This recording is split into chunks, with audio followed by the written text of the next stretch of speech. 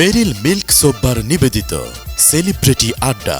একজন মডেল, একজন অভিনেত্রী, একজন নৃত্যশিল্পী, একজন সঙ্গীত শিল্পী, কিছু কি বাদ পড়েছে? রিসেন্ট টাইম একটা বাদ পড়েছে। কোনো কিছু ভুল করে ফেললাম কিনা? ভুল না, ভুল হ্যাঁ হ্যাঁ, একটু ভুল করেছে, তবে ভুল পড়তে হবে এখন থেকে। 2 বছর আগে কিন্তু স্টেটমেন্টটা একটু ডিফারেন্ট ছিল। তখন আপনি বলছিলেন আপনি প্রচুর প্রেম করতে চান।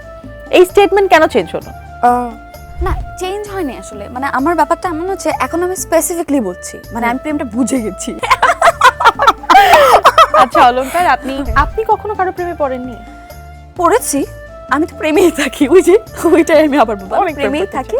আমি প্রেমে পড়তে অনেক ভালোবাসি। যেটা আপনি বলেছিলেন যে আপনার একটা প্রেমিক আছে। প্রেমিক? হ্যাঁ, ওকে। কিন্তু তার নাম আপনি কাউকে বলবেন না। ওকে, আছে, এখন একটা নতুন আছে জানো।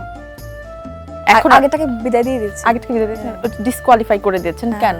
ও আমার না, ও আমার জন্য না। ও আচ্ছা, আমার জন্য না। নয়া ফুলে নয়া মালা নয়া করে পরাইলা, থাকি বন্ধু তোমার আশা। আরে ও সই গো, নয়া বাতাস লাগলো আমার গায়ে। ঈদ মোবারক সবাইকে। আমি আপনাদের পছন্দের অলংকার চৌধুরী। আমি আসছি এটিএন নিউজের পর্দায় সেলিব্রিটি আড্ডা। ঈদের বিশেষ আয়োজন মেরিল মিল্ক সোপবার নিবেদিত সেলিব্রিটি আড্ডা। দেখবেন শুধুমাত্র এটিএন নিউজে।